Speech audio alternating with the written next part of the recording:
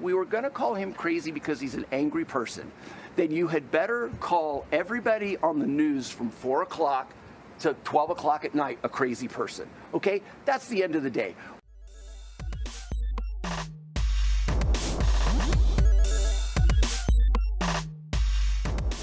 Hello, I'm Elder, and welcome to the Open Debate. Let's just start off by giving a big shout out to all you gorgeous motherfuckers that keep this channel rolling.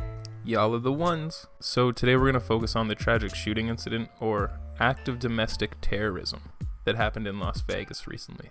So first off, obviously my heart goes out to everybody who was affected by this situation, and I would never want to make light of something as serious as this. Everything that I discuss will be coming from a place of respect. I would never wish this sort of tragedy upon anyone. And with that out of the way, let's jump into it. What do we know so far? Well, according to the LA Times,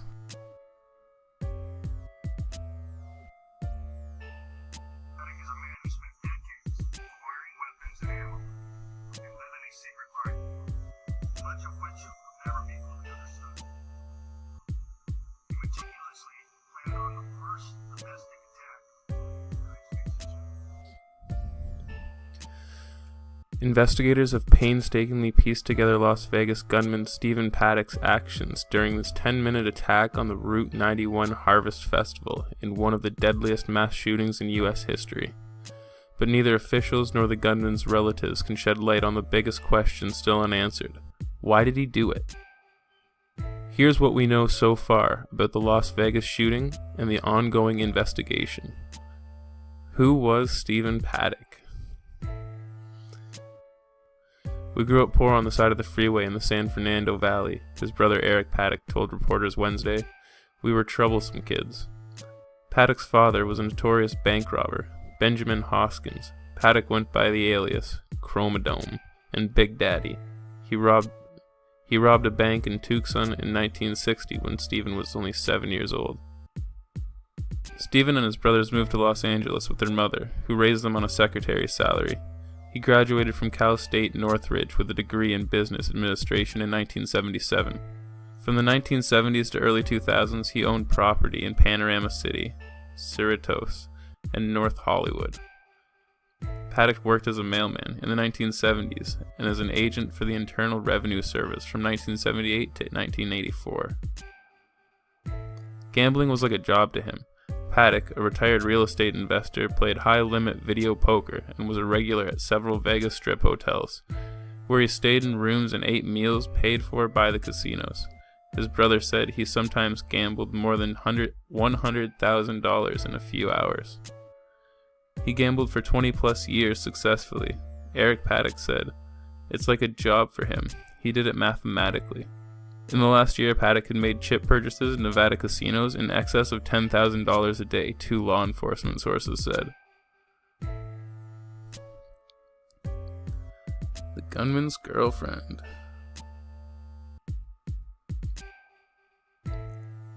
Paddock met Mary Lou Danley, 62, at the Atlantic Casino Resort in Reno.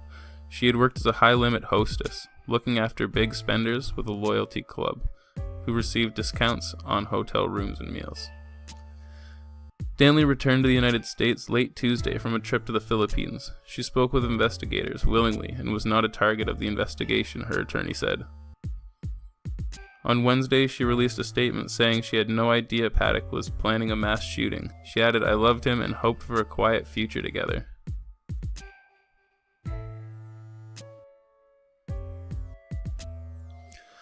Danley left the country before the shooting. 2 weeks before the attack, Paddock told Danley he had found a cheap plane ticket and sent her to visit her family in the Philippines. She said her sisters told Australian TV the gift was Paddock's strategy to keep her out of the way. Then he sent money. Paddock wired a significant sum. Reports suggested $100,000 to Danley while she was abroad, telling her to buy a house for herself or her family, she said. She saw the gifts as Paddock's attempt to end the relationship.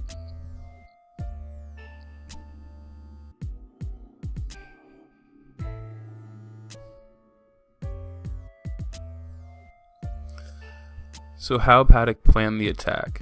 He stockpiled guns. In the last year, Paddock, a retired real estate investor, had used his apparently extensive financial resources to fund his plans for the attack, while also bankrolling his longtime passion for gambling.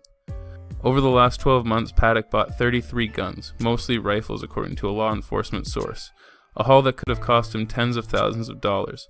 At least 6 were purchased at a Cabela's in Nevada. Several others were purchased at Discount Firearms and Ammo, a few blocks from Las Vegas Strip. Some had been modified. Paddock used more than 10 suitcases to bring at least 23 weapons, mostly rifles, into the Mandalay Bay hotel room. More than half had been legally modified with bump stock accessories which allow a shooter to fire rounds at a rapid pace akin to automatic fire.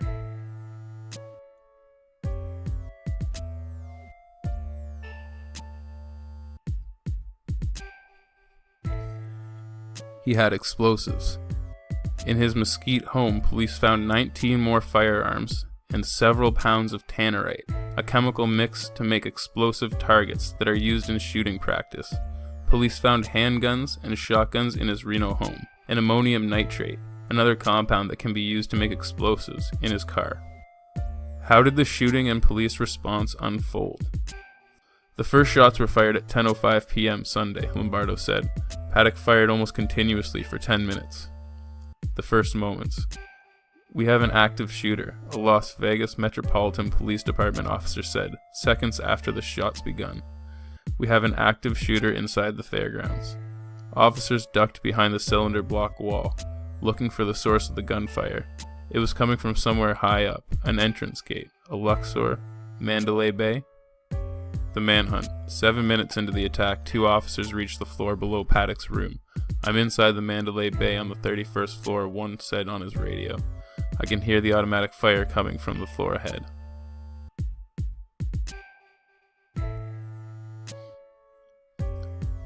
SWAT enters.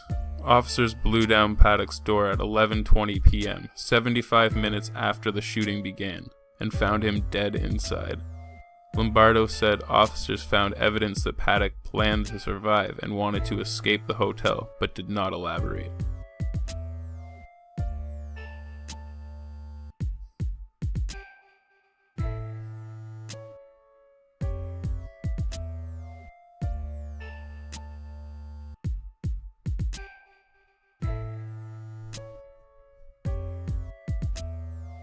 Clark County officials said Wednesday that earlier figures released about the death toll were inaccurate, and now stood at 58, not including Paddock. The shooting also wounded 489 people, a figure lowered Wednesday from a previous number of more than 500, of whom 317 have been discharged from a local hospital.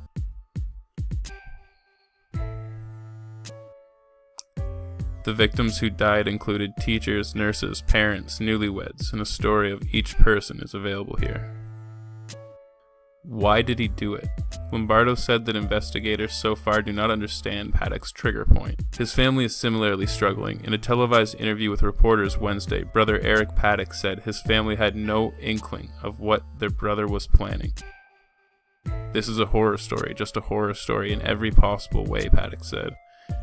"It's the bad twist at the end of a good movie. How in the hell did this happen?"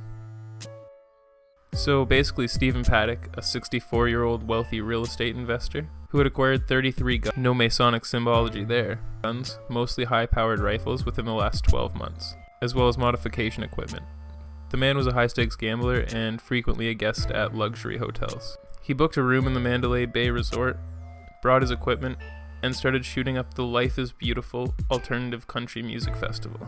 Yes, you heard that correct. Life is Beautiful music festival. So initially, ISIS took responsibility for the attack, but the government and the media immediately dismissed that. Strange, because ISIS is usually the first thing they jump to. This time, I guess it just didn't fit their agenda. Ever since this terrible act of domestic terrorism, all we've been seeing from the mainstream media is this push for gun restriction and higher regulations. There wasn't even a moment of mourning before the mainstream media started this massive agenda drive to remove the Second Amendment. I honestly watched Chris Cuomo of CNN argue with Kellyanne Conway over the president's statement on when being asked about gun control, replying with, "We aren't going to speak about that today." When asked about gun control, however, the president told reporters, "We're not going to talk about that today." So when do we? talk about it? Should we talk about it at all? Let's take this on and some other big topics of the day with Kellyanne Conway, counselor to President Trump. Always a pleasure to have you on the show. Good morning, Christopher. The Second Amendment is a bedrock principle of our Constitution, just like the First Amendment allows you and I to have this conversation at the moment. That should be protected. We are hearing from so many legislators and so many individuals in this country, and you read it publicly too, Chris, they never even heard of a bump stock before. And so I did note, and it's in the New York Times today as well, that it was President Obama's ATF, the Bureau of Alcohol, Tobacco, and Firearms, 2010, that decided not to regulate this device. That should be part of the conversation and part of the facts that you put before your absolutely. Viewers. Said it last night at the town hall. It's good to have it out there now. Yes, I want to say something else. We did a quick search, and so if you go and you do a comparable search, you will see that this conversation isn't being had until tragedies like this strike by those who tried to be the loudest voices. You see Hillary Clinton, who's out on a book tour talking about herself, not talking about this. You see her rushing to judgment on Twitter the other day while people are still looking through the rubble, searching through the hospitals for their missing loved ones, trying to politicize it. She's tweeted about guns exactly one time this year. Bernie Sanders, 0 times. Elizabeth Warren, 0 times. They have tweeted about Russia over 30 times, Sanders and Warren. And it approximates CNN's own coverage. Your obsession with Russia has been to the exclusion of this conversation. So I know the high horse cavalry loves to run in, thumping their chest after the tragedies, but let's step back and have a thoughtful conversation about everything that is at play here. The more information all of us can learn about what happened in Las Vegas, the better. Don't cheapen what happened in Las Vegas. No, don't go there. The people who I'm going to go there, my friend, and here's why. When Bob Patterson came out last night with his daughter, his 16-year-old daughter, they lost their mother, lost his wife. You know what he wants to know? The same thing that people say time and time again. And I said, let's why have a was this able to? No, but the president says not now. And then it never happens. You make the point yourself. Whether you want to put it on Sanders or any other Democrat, you say they don't talk about it except when these happen. Yeah, that's right. Because when it happens, there's acute need and there's focus. And when you say, well, we don't want to talk about it now, you're ignoring the urgency and you're hoping it goes away. The president was focused on the tragedy and the victims. Honestly, some individuals in the media just need to grow some balls. My response would have been, honestly, if you can't take one day to mourn the loss of these innocent Americans before pushing your political agenda, then you're a heartless bastard and a shame to your nation. Anytime a tragic event happens, the mainstream media immediately jumps in to push any type of agenda-driven nonsense they can in a time of fear.